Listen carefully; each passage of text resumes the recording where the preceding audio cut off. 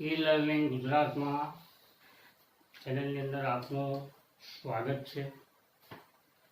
ધોરણ 11 chapter number 3 નામાના મૂળ તત્વની અંદર જોઈએ તો બહુ ઇન્ટરેસ્ટિંગ સબ્જેક્ટની અંદરનો મુદ્દો મૂકેલો છે કે ભાઈ ટેક્સ કર,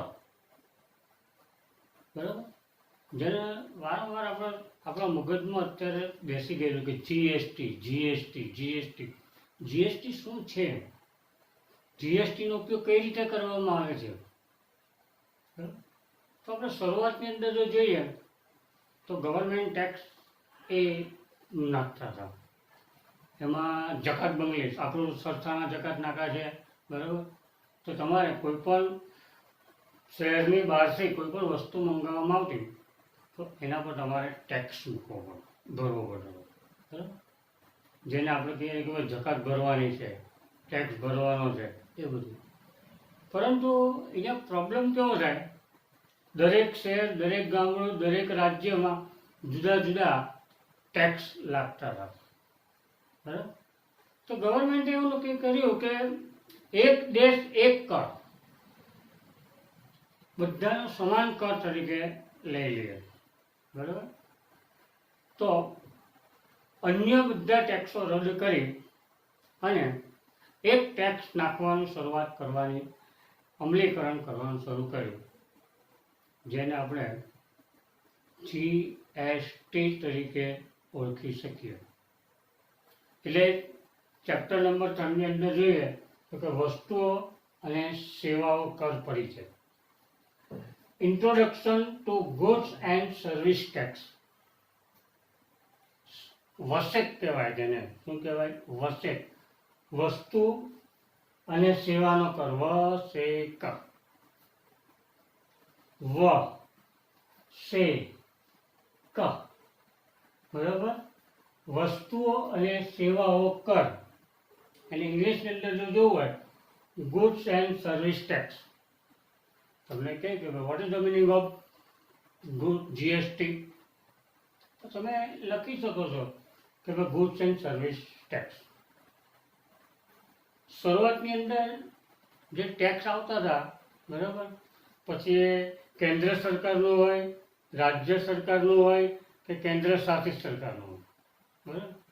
એ લોકો ટેક્સ જે હતા બે રીતે ટેક્સ નાખતા હતા, એક પ્રત્યક્ષ અને એક પરોક્ષ, બરાબર. પ્રત્યક્ષ વેરો અને પરોક્ષ વેરો નાખવામાં આવે. પણ અહીંયા કેન્દ્ર સરકાર, રાજ્ય સરકાર અને કેન્દ્ર શાસિત પ્રદેશની અંદર આ પ્રમાણ, એનો દર અલગ અલગ જોવા મળતો હતો અને તેને પરિણામે એક કર, જૂના જે કર હતા એ નાબૂદ કરવામાં આવ્યા અને ત્યારબાદ નવા કર અમલીકરણ આવ્યું જેને જીએસટી, બરાબર. એ તારીખ 1/7/2017થી નવું અમલીકરણ થયું. એટલે આપણે જોઈએ કે ભાઈ દેશની આર્થિક જરૂરિયાતને પહોંચી વળવા ગવર્મેન્ટ જે છે એ આર્થિક જરૂરિયાતને પહોંચી વળવા માટે લોકો પર ટેક્સ નાખે છે, બરાબર. પછી વસ્તુ પર હોય, સેવા પર હોય કે લોકો પર ટેક્સ હોય, બરાબર. તો કે પહોંચી વળવા સરકાર દ્વારા વેરા ઉઘરાવવામાં આવે છે.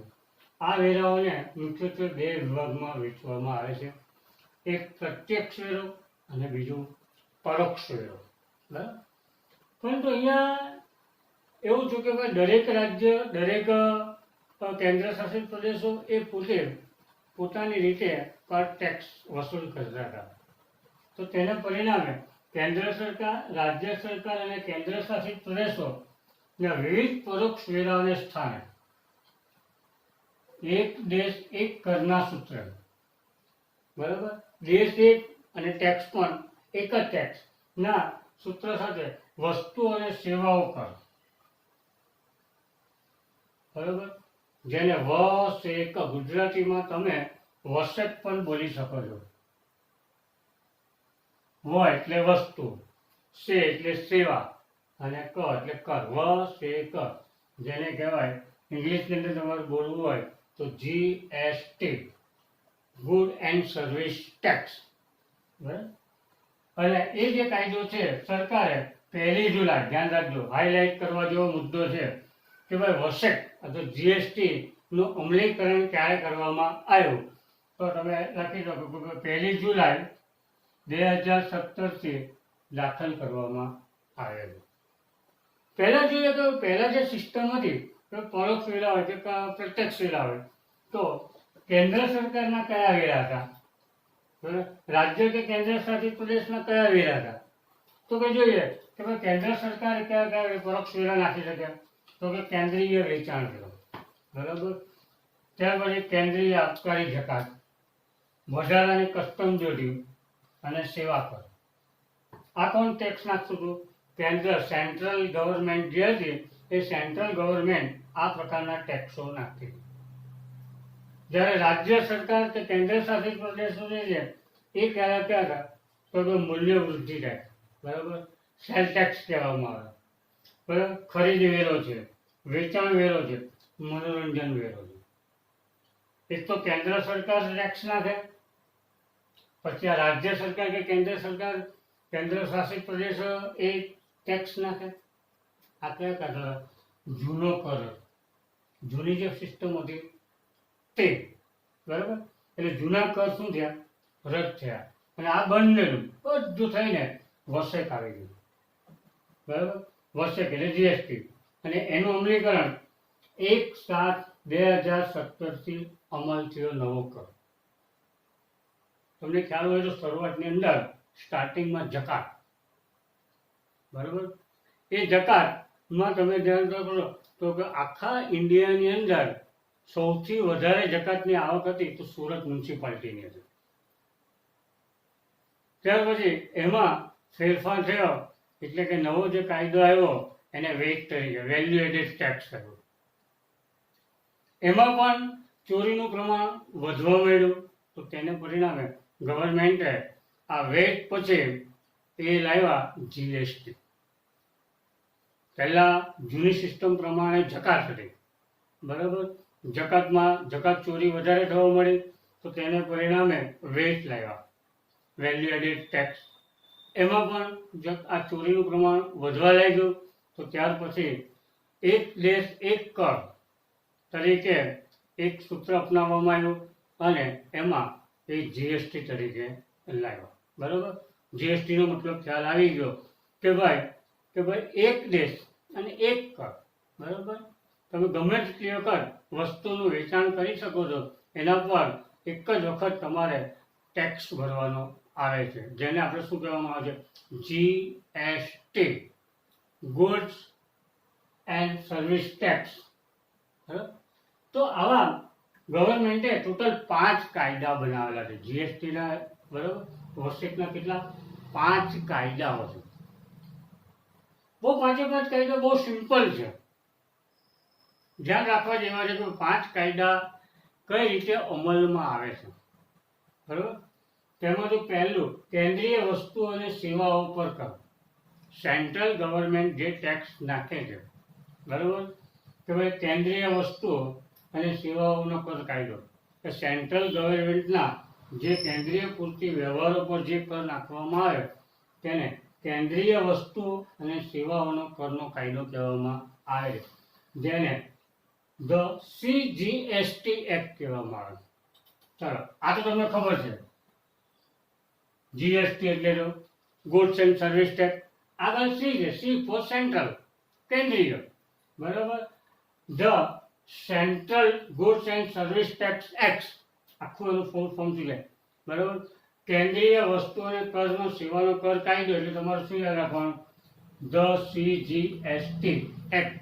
એમાં કે ભાઈ કેન્દ્ર સરકાર દ્વારા જે વ્યવહારો થાય એના પર જે ટેક્સ લખવામાં આવે તેને CGST એક્ટ તરીકે ઓળખવામાં આવે છે.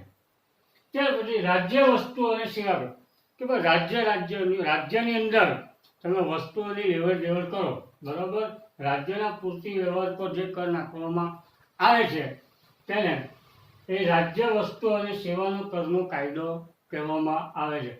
ધ SGST એક્ટ, જોજો એસ વધારાનો આવે, બરાબર. જીએસટી તો તમને ખબર પડી, ગુડ્સ એન્ડ સર્વિસ ટેક્સ. આ એસ ફોર સ્ટેટ એટલે રાજ્ય.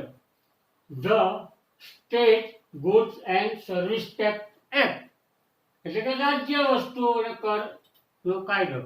એટલે કે એક જ રાજ્યની અંદર તમે આ રીતના જ્યારે વ્યવહારો કરો છો અને એના પર જ્યારે ટેક્સ લાગુ પાડવામાં આવે છે ત્યારે એક ટેક્સ કયો લાગશે તો કે રાજ્ય. ગુજરાત પૂરતું જ મર્યાદિત હોય તો આ SGST હોય, બરોબર. ત્યાર પછી મહારાષ્ટ્ર પૂરતું હોય તો મહારાષ્ટ્રનું લાગે. દરેક રાજ્યમાં આ રીતનું એક ટેક્સ લાગુ પાડવામાં આવે છે જેને ધ SGST એક્ટ એ રાજ્યના વ્યવહારો માટે જે કર વસ્તુ અને કર લાગુ પડે તે રાજ્ય વસ્તુ અને સેવાનો કર તરીકે ઓળખવામાં આવે છે. હવે કેન્દ્ર શાસિત પ્રદેશો, બરોબર, દીવ, દમણ, ગોવા છે, આ બધું જે કેન્દ્ર શાસિત પ્રદેશો જે છે એમાં જ્યારે આવી વસ્તુઓ પર ટેક્સ લાગુ પાડવામાં આવે છે ત્યારે તેને the UTGST act, UT undertaking, બરાબર, એને શું કહેવાય undertaking, the undertaking GST act કેન્દ્ર શાસિત પ્રદેશ વસ્તુ પર જે ટેક્સ એટલે કેન્દ્ર શાસિત પ્રદેશ જે રાજ્યો છે એમાં જે વસ્તુની લેવડ દેવડ થાય એ સેવાની લેવડ દેવડ થાય એના પર જે ટેક્સ લાગુ પાડવામાં આવે છે એ ટેક્સને એ કેન્દ્ર શાસિત પ્રદેશ વસ્તુઓ અને સેવાનો કરનો કાયદો કહેવામાં આવે, ધ UTGST. અને ત્યાર પછી સંકલિત વસ્તુઓ સેવાનો કર, બરાબર. સંકલિત વસ્તુ એટલે એક રાજ્યમાંથી બીજા રાજ્યમાંથી, બરાબર, એટલે કે આંતરરાજ્ય વચ્ચે જ્યારે વ્યવહારો થાય છે, ગુજરાતમાંથી મહારાષ્ટ્રમાં આવે, મહારાષ્ટ્રમાંથી ગુજરાતમાં આવે, ગુજરાતમાંથી એ આપણે દિલ્હી જાય, દિલ્હીમાંથી એ અન્ય રાજ્યોમાં જાય, તો એ જે આંતરરાજ્ય વ્યવહાર થાય ને એના પર જે ટેક્સ લાગુ પાડવામાં આવે છે તેને સંકલિત વસ્તુ અને સેવા કરનો કાયદો કહેવામાં આવે છે, બરાબર. જેને ધ IGST એક્ટ કહેવાય, બરાબર. ધ ઇન્ટરનલ GST એક્ટ તરીકે આંતરરાજ્ય, બરાબર, ટેક્સ તરીકે પૂરતી વ્યવહાર પર એના પર લાગવામાં આવે. હવે આ ચાર તો તમારા થઈ ગયા. પાંચમો કાયદાની અંદર એવું છે કે તમે જે GST ભરેલું હોય, તમે જે ટેક્સ ભરેલો છે એમાં જો ગવર્મેન્ટ ઘટાડો કરે તો ઘટાડાની પૂર્તિ માટે તમને પાછું વળતર મળે તો તેને રાજ્ય વળતર કાયદો તરીકે ઓળખવામાં આવે છે. The GST compensation cess act, ધ્યાન રાખજો શું છે, the GST compensation cess act તરીકે ઓળખવામાં આવે છે. એમાં શું છે, રાજ્યોને વેરાકી આવકમાં ઘટાડો થાય તો તે ભરપાઈ કરી આપવાનો કાયદો જે છે તેને રાજ્ય વળતર કાયદો તરીકે ઓળખવામાં આવે છે.